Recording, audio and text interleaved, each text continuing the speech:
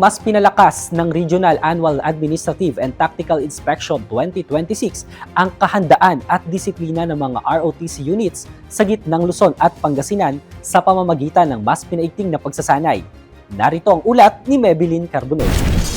Layunin ng Regional Annual Administrative and Tactical Inspection o RAATI na matiyak ang kahandaan, disiplina at mataas na kalidad ng pagsasanay ng mga ROTC units.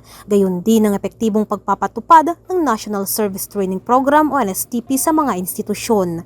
Sa pagpapatuloy ng RAATI mula pa noong 3 ng Mayo hanggang ngayong araw, ay nagsagawa ng serye ng inspeksyon sa iba't ibang universidad at kolehiyo sa gitnang Luzon. Noong 3 ng Mayo, nagtala ng 97.5% o excellent ang Tarlac State University ROTC unit sa pamumuno ni Lieutenant Frederick S. Galang, Military Intelligence Philippine Army bilang komandante.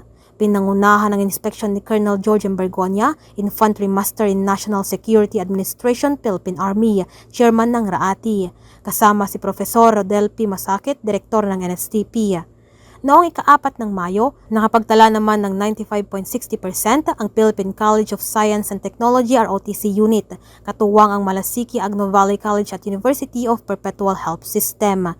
Pinamunuan nito ni Lieutenant Colonel Janos B. Salinas, Philippine Army Reservist, habang nagsilbing acting RAATI Chairman si Colonel Eugene F. Garce, General Staff Corps Infantry Philippine Army, kasama si Mr. John Jerome S. Ginorela, Direktor ng NSTP. Ipinagpatuloy ang inspeksyon noong 5 ng Mayo kung saan nagtala ng 97.34 ang Pangasinan State University sa ilalim ni Lieutenant Colonel Christopher C. Menimtim, Infantry General Staff Corps Philippine Army, kasama si Dr. Renate T. Mangsat, Direktor ng NSTP, na pinangasiwaan naman ni Colonel Garce bilang acting chairman.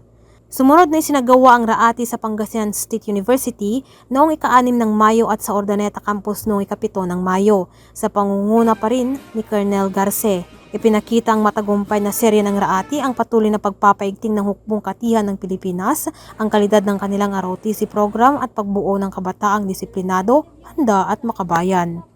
Mula dito sa Ordaneta, Pangasinan, ako si Maybelline Carbonell, ang inyong pamilyang kaugnay para sa matatag na hukbong katihan ng Pilipinas.